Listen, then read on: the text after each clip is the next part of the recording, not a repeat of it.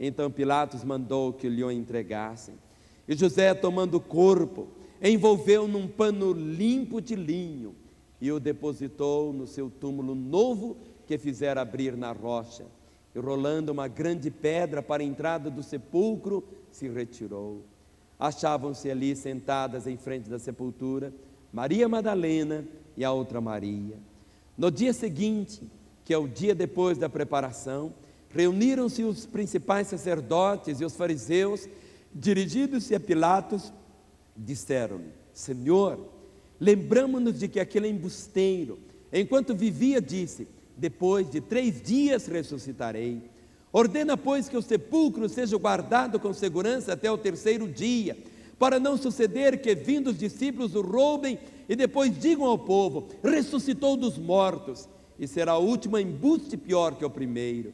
Disse Pilatos: aí tendes uma escolta, ide, guardai o sepulcro como bem vos parecer.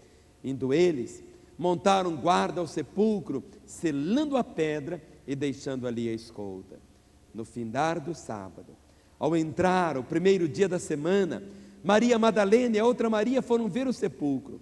E eis que houve um grande terremoto, porque um anjo do Senhor desceu do céu, chegou-se, removeu a pedra e assentou-se sobre ela. O seu aspecto era como um relâmpago, e a sua veste alva como a neve. E os guardas tremeram espavoridos e ficaram como se estivessem mortos. Mas o anjo, dirigindo-se às mulheres, disse: não temais, porque sei que buscais Jesus, que foi crucificado. Ele não está aqui, ressuscitou como tinha dito. Vinde ver onde ele jazia. E depois, depressa, e dizei aos seus discípulos que ele ressuscitou dos mortos, e vai adiante de vós para a Galiléia, ali o vereis, é como vos digo. E retirando-se elas apressadamente do sepulcro, tomadas de medo e grande alegria, correram a anunciá-lo aos discípulos. E eis que Jesus veio ao encontro delas e disse: salve! E elas, aproximando-se, abraçaram-lhe os pés e o adoraram. Então Jesus lhes disse: não temais, ide avisar a meus irmãos que se dirijam a Galiléia, e lá me verão. E indo elas, eis que alguns da guarda foram à cidade e contaram aos principais sacerdotes tudo o que sucedera. Reunindo-se eles em conselho com os anciãos, deram grande soma de dinheiro aos soldados, recomendando-lhes que dissessem: vieram de noite os discípulos dele e o roubaram enquanto dormíamos. Caso isto chegue ao conhecimento do governador, nós o persuadiremos e vos poremos em segurança. Eles, recebendo o dinheiro, fizeram como estavam instruídos. Esta versão divulgou-se entre os judeus até o dia de hoje. Seguiram os 11 discípulos para a Galiléia, para o monte que Jesus lhes designara. E quando viram, o adoraram, mas alguns duvidaram. Jesus, aproximando-se, falou-lhes dizendo: toda a autoridade me foi dada no céu e na terra. Ide, portanto, fazei discípulos de todas as nações, batizando-os em nome do Pai e do Filho e do Espírito Santo, ensinando-os a guardar todas as coisas que vos tenho ordenado, e eis que estou convosco todos os dias, até a consumação dos séculos. Amém! Aleluia! Vamos aplaudir o Senhor! Aleluia, Senhor! Bendito seja o teu nome, Senhor! Aleluia! Cristo, o nosso Cordeiro Pascal, foi imolado por nós. Vamos dizer juntos: Cristo, o nosso Cordeiro Pascal, foi imolado por nós. O sangue é um sinal, não para nós os homens, é um sinal para Deus. Lá em Israel, aqueles que estavam dentro de casa, é que tinham colocado sangue nas ombreiras, na verga da porta, não viam o sangue, estava fechado. É um sinal para Deus, e é um sinal que os demônios reconhecem também. Meus irmãos, nesses dias, quando tantas pessoas pensaram na morte de Jesus, tantos que conhecem a história da morte do Senhor, tantos que conhecem esses fatos, mas há tanta gente que tem dificuldade de se apropriar desta realidade, que Cristo, nosso Cordeiro Pascal, foi imolado por nós. A vida de Jesus, Ele a deu.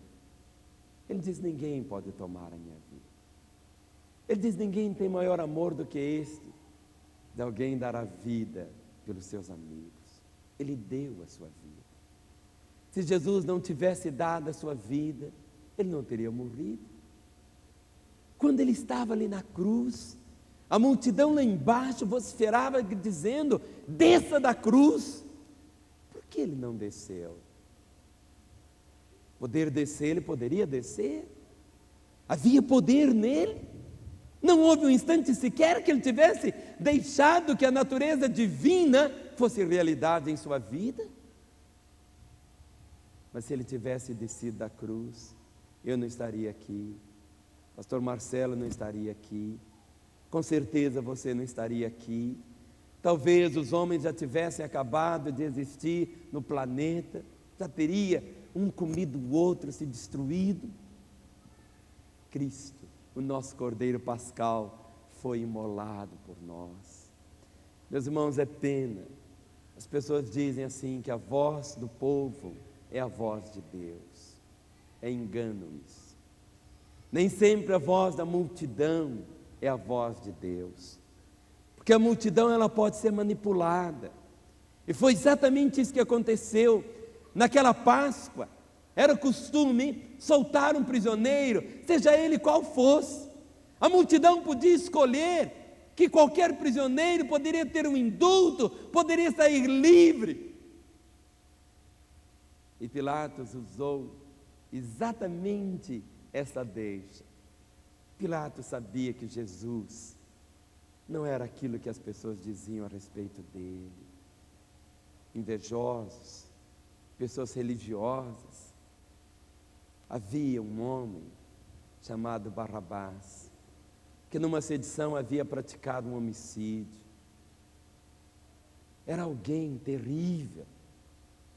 E Pilatos disse: vou colocar Barrabás e vou colocar Jesus.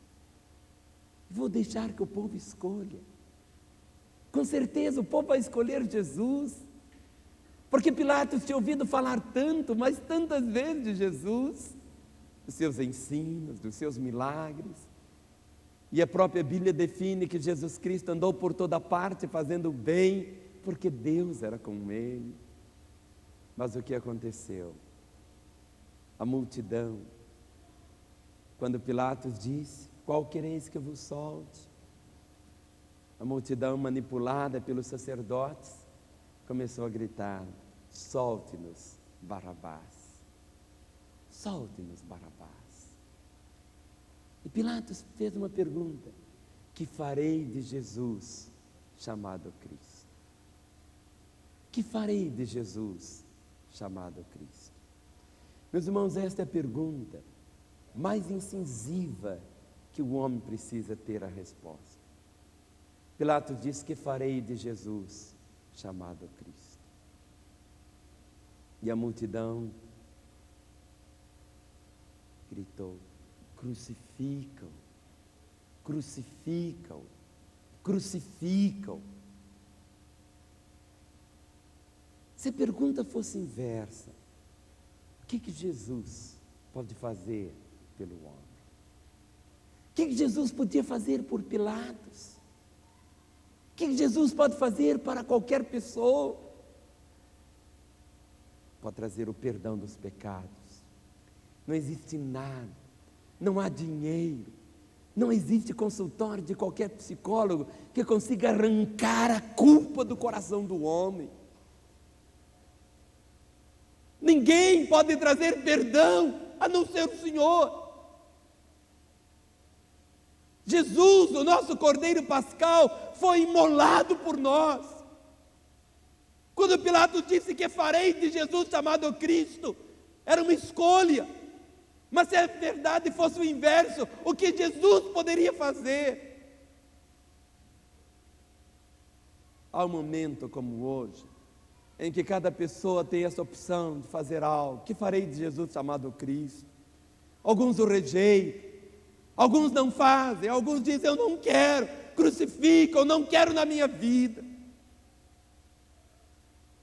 Mas se ele pudesse saber o que Jesus pode fazer, Jesus pode reconstruir um lar falido e desgraçado.